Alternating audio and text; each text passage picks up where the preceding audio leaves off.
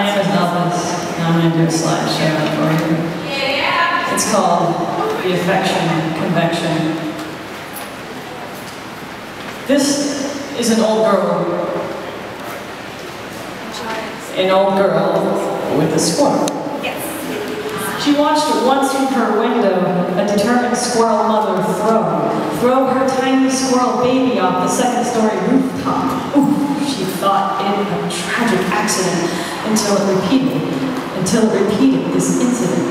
A lesson for the innocent, that in a quick pinch, the worst of falls will barely leave an indent. She barely budged an inch as she watched the scene unfold, unfurl, a flower flawlessly blooming in full, and she floated sky high on the fragrance of the instant.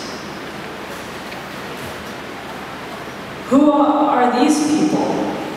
A sequel, a prequel, a quick check of the conversion chart confirms them deceptively equal.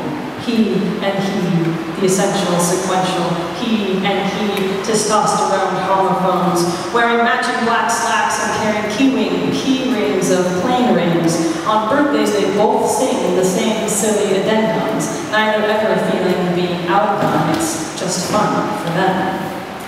And then they smile with their teeth bared, candle flare glares in their eyes from having stared at the same flame. He and he, a P and a P, he and he. And if her old man had to be named a state, he would have to be named Alaska, the last of his kind of cold, kind of distant, kind. He, to her, is the definition of ambition, matched with the kind of fruition where loins are involved. He to she.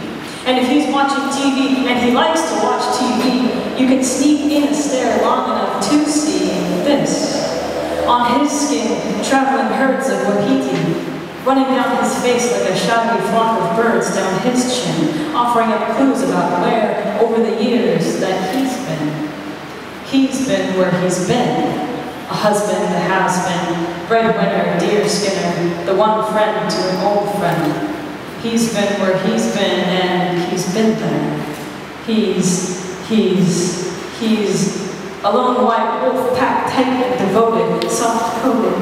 You know that Jack story of a man turned gory who, driven by a terribly sudden need to survive, strives to kill his wolf dog companion and use the still warm body to restore circulation to his white winter hands? Well, if it came right down to it, he'd do that for him. He'd do that for either of them, only them. Be that companion. Give up his soft white belly to keep them warm, keep them close. And every Christmas he gives them matching mittens, fitted and knitted.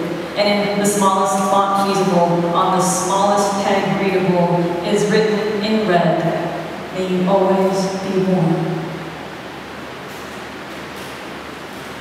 And in the afternoon, she sits down to communicate.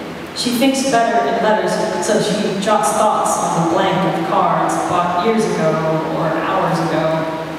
She addresses these to the he's, to the she's, to the families in her life, hers included. And in her life, as a stay-home wife, this hand-spun web of homespun life satisfies a deep longing of belonging.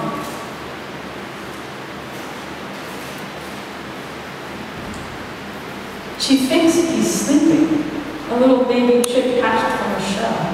She starts to imagine him shrinking, a dime tossed down the well. She's wishing him well, not knowing he's not sleeping. He's thinking. He wants a way to tell them of his recent medical diagnosis of stable angina.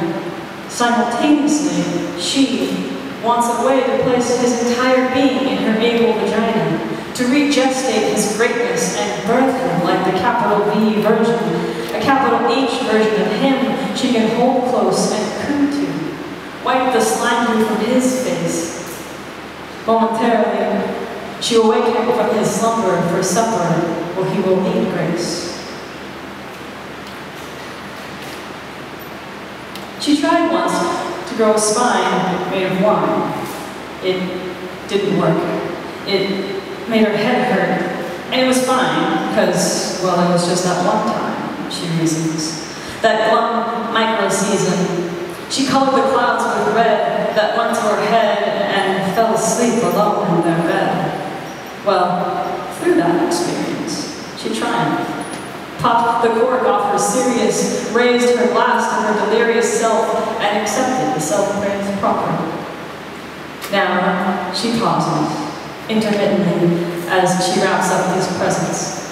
Entertaining notions of love potions, she leans in and blows on the knot as she ties the twine. Blows on the knot as she ties the twine. Sometimes, most times, his speech is all garbled, a mouthful of marbles, rough, tumbled, hard spheres, polished, smooth, misunderstood. Well-intentioned wet words, a strange verse, so sun-ripened they can't but stumble from his slipped mouth. His face, a seahorse father, at times acting like he can't be bothered, but thoughts he carries around can be heard tinkling against his teeth like the jingle of keys in the late afternoon breeze. But he's on the right course, of course. His birthright is discourse. It's an ability he's working on, yet sometimes he stretches out, perfecting his illicit simplicity, reflecting on his homely compatibility. Sits a son just like his father, a feather in the solar sun. Sits a mother without a daughter. But who needs groundwater when you have fresh water, spring water, holy water, a perpetually young and giddy gifted dance partner? And sometimes they argue frustration, or there is some kind of inane complication, a speed bump that feels rough. But at some point, always, their soft squabble toggles on some kind of mutation, and their brains shift to subjective fixation on each other's genetically mutual, genetically beautiful complexion. A total lack of imperfection. And it's in this pristine state where new days are dawned upon, and new ways are fawned upon, and mowing the lawn is a delightful practice in the art of affection. And every evening, she finds a brief moment to be with her being, and she hums as she strums on her guitar. Maybe not exactly a song or a prayer, just subtle vibrations put forth in the air. To compare, think of the scent of a ripe pear. And every morning, she closes her eyes in a DIY disguise and steps to the mirror. Steps to the mirror to open her eyes, peer gently at herself, and in a voice only she can hear, she states, "Welcome to the most beautiful face on earth." And this surmise comes as no surprise, but it bears repeating because it feels good. Welcome to the most beautiful face on earth. Thank you.